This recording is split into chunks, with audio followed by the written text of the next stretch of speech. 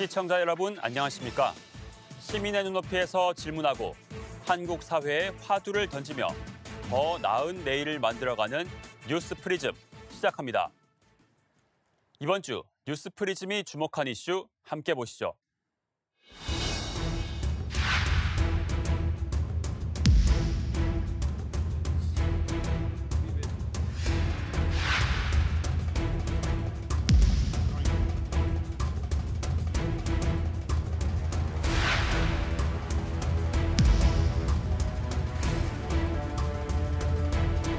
나와 가족, 이웃, 그리고 우리 공동체 전체를 위해서 온전한 일상을 되찾을 수 있도록 조금만 더 견뎌 주실 것을 간곡히 요청드립니다. 최고 수준의 거리두기 단계이기 때문에 더 이상 물러설 것이 없다는 각오로 임하겠습니다.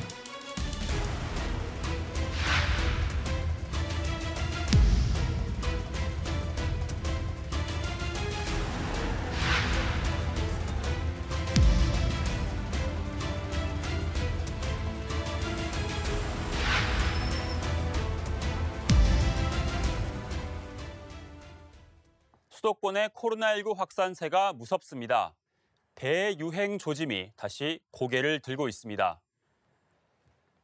전파력이 강한 델타 변이까지 잇따르면서 지방자치단체는 다시 방역에 고삐를 죄고 시민들은 점점 지쳐가고 있습니다.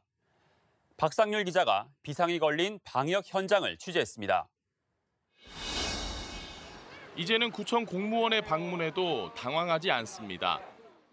지금 밑에만 있으시면 QR 체크가 다르게 하라고 여기다 직접 본인들이 직접 할 수 있게. 여기는 이쪽 간격은 원래 단체석이 있던 곳인 거예요? 서울 마포구는 관할 내 집단 감염 사례가 이어지자 밤마다 특별 점검을 진행 중입니다. 업소를 방문해 벌금이나 영업정지 조치 명령을 내리는 대신 팻말을 들고 시민을 대상으로 계도에 나선 모습은 달라진 풍경입니다. 집단 감염 속 피해는 고스란히 자영업자들의 몫이라는 점을 감안한 조치로 풀이됩니다. 10시 시간 제한으로 인해서 사실 통행금지나 다름이 없는 시간 아니겠습니까? 저희도 역시 똑같이 굉장히 어려운 상황에 처해 있는.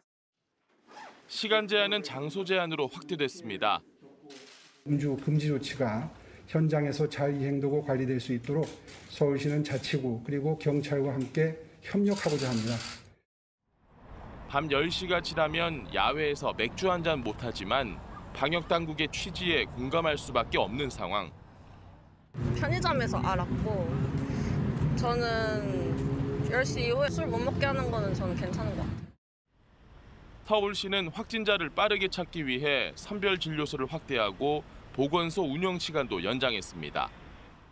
20, 30대가 많이 찾는 서울 강남역입니다. 최근 젊은 층에서 확진자가 급증함에 따라 이렇게 바로 검사를 받을 수 있는 선별진료소를 서울 곳곳에 추가로 설치했습니다. 학교나 학원이나 이런 주변에서도 많이 확진자들이 발생하니까 좀 더 몸을 사리게 되죠. 서울뿐 아니라 경기도 또한 생활치료센터를 추가로 확보하는 등 수도권의 방역 시계는 빠르게 돌아가고 있습니다. 일부 답답함을 표하는 시민도 있지만 저희 젊은 사람들에 대해서 어떤 놀거나 즐길 수 있는 권리를 위해서는 사실은 11시든 12시든 조금 제한적으로 허용하는 방안이 좀 맞지 않냐. 모두가 지쳐가는 요즘 방역 당국은 각종 방법을 총동원해 확산세 잡기에 힘을 쏟고 있습니다. 연합뉴스 TV 박상률입니다. 코로나와의 전쟁, 정말 끝없는 꼬리 잡기를 하는 기분입니다. 코로나 발생 1년 만에 백신을 앞세운 인류의 반격이 시작됐지만 이번엔 변이에 따라잡히며 새 국면을 맞았습니다.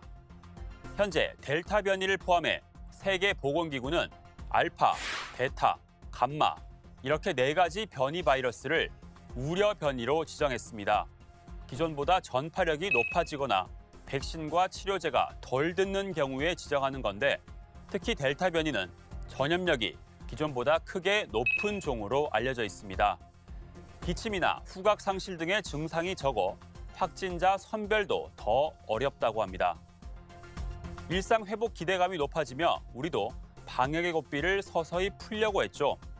국내 해수욕장도 개장하고 사회적 거리두기 수준 완화를 검토하는 등 조금씩 일상을 찾아가는 과정이었습니다. 사이판 같은 나라들을 트래블 버블, 즉 방역 안전 국가로 지정해 자유롭게 해외 여행을 허용해 주는 것까지 고려했습니다. 저도 얀센 백신을 맞아서 이번 여름 휴가 해외로 갈 수 있나 잠깐 생각했는데 생각만 하고 끝내야 할 것 같습니다. 이 변이 바이러스의 무서운 점, 끊임없이 진화한다는 겁니다. 델타 변이가 한 번 더 변이한 델타 플러스 변이까지도 이미 등장했습니다. 접종률이 높아서 백신 선진국으로 꼽히던 게 이스라엘과 영국이죠.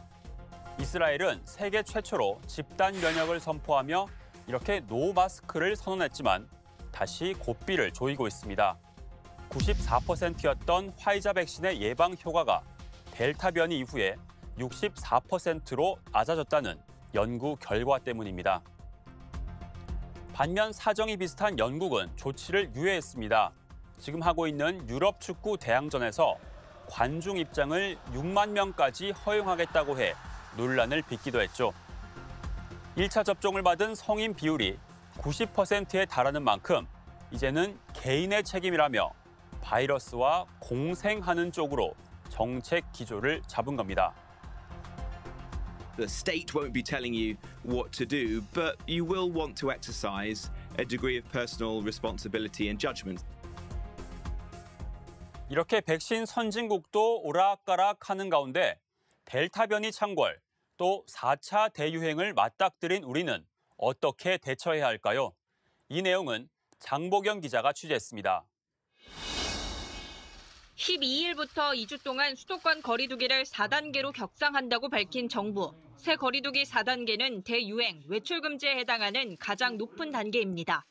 오후 6시 이전까지는 4명까지, 6시 이후에는 2명까지만 사적 모임이 허용됩니다. 거리두기 체계는 각종 장소에서의 이용자의 행위의 제약을 둬 실생활에 큰 영향을 미치는데요. 전파력이 센 델타 변이 상황 등은 거리두기 결정에 큰 변수로 작용합니다. 이렇게 감염 재생산 지수가 빠르게 올라간 경우가 없었던 것이죠. 이미 한 명이 감염되면 1.3명의 환자를 주변에 전파를 할 수 있는 정도. 개편된 새 거리두기안은 정부가 각 장소별 특성을 촘촘히 반영해 만든 겁니다.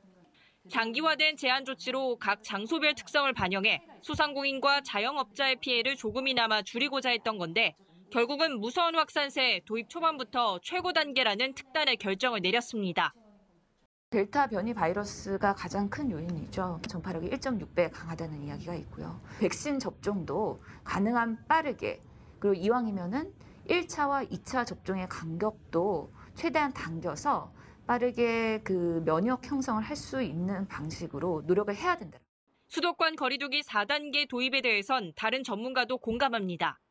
당연히 4단계로 지금 상황에서는 올리는 것이 맞고요. 임시선별검사를 많이 확대하고 민간 의료기관까지 검사를 할 수 있도록 하든지 적극적으로 검사를 많이 받을 수 있도록 인센티브를 주든지. 거리두기 조치와는 별개로 무증상 감염자를 찾아내는 노력을 꾸준히 병행해야 한다고 강조했습니다. 중요한 거는 델타 변이 바이러스의 확산을 근본적으로 국내 유입을 저지하지 못하고 지역사회에 잠재되어 있는 무증상 감염자가 관리를 안에서 꾸준히 서울 수도권 지역에 유지되고 있었다.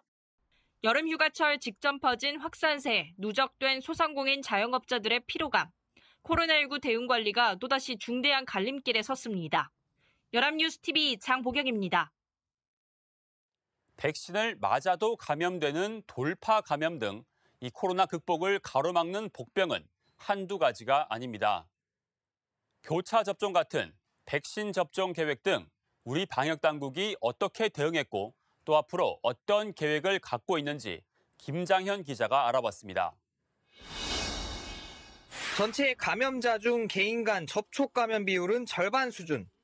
확진 당시 무증상, 경증 환자가 많아 감염 경로가 파악되지 않은 비율도 30%에 달합니다. 4차 대유행 길목에서 새 거리두기 최고 단계인 4단계도 눈앞에 다가왔습니다. 4단계에서 제일 핵심은 4인까지 모임을 제한하면서 저녁 6시 이후에는 2인까지만 모임을 허용하는 이 모임 규제가 가장 핵심적인 규제입니다. 이 새로운 거리두기 체계가 효과를 발하기 위해서는 가장 중요한 점들이 될 겁니다. 문제는 거리두기 장기화 피로감인데 이를 극복하기 위한 최선의 방법은 바로 백신이란 설명입니다. 이달 말부터 50대 이하 1차 접종이 본격화하게 되면 강화된 거리두기에도 숨통이 트일 전망입니다. 예방접종하고 맞물려서 거리두기 체계를 조정해 나가야 된다고 보고 있는 중입니다. 생업시설들에 대한 규제 부분들은 거의 최소화하는 형태로 개인 방역 수칙을 지키는 선에서 적절하게 통제해 나가는 형태로 좀 전환되어 나갈 거라고 되어야 한다고 판단하고 있는 중입니다. 공격적인 선제 검사로 확진자를 신속 격리하고 전체 확진자 대비 변이 분석률도 20% 이상 높이는 방안을 추진하고 있습니다. 델타 변이를 진단하는 시약 개발을 하고 있는데 그 부분을 좀 더 빨리 하겠다. 그래서 지역에 있는 그 보건환경연구원에서도 델타 변이도 확인할 수 있도록 하는 역량을 좀 확충하고 있는 노력을 정부에서 준비하고 있다라는. 이번 고비를 잘 넘겨 9월 전 국민 70% 1차 접종을 마치면 집단 면역이 이뤄진다고 당국은 보고 있습니다. 한두 사람은 균에 감염될 수는 있지만 그게 그 주변 사람들이 그에 대한 면역력을 갖추어서 그게 굉장히 빠르게 확산되거나 통제가 불가능하게 확산되지 않는 것들을 집단 면역이라고 생각한다. 변이 바이러스 확산에 맞춰 접종 완료자가 추가로 맞는 부스터샷 연구도 진행되고 있습니다. 효과도 높이면서 지속기간도 더 늘리기 위함입니다. 변이 바이러스에 대한 대응 능력을 높이는 의미도 있거든요. 6개월에서 1년 사이에 재접종을 하는 것을 연구를 하고 있고요. 코로나19가 감기나 독감처럼 더 이상 특별한 감염병이 되지 않을 때까지 아직 고비는 남았습니다.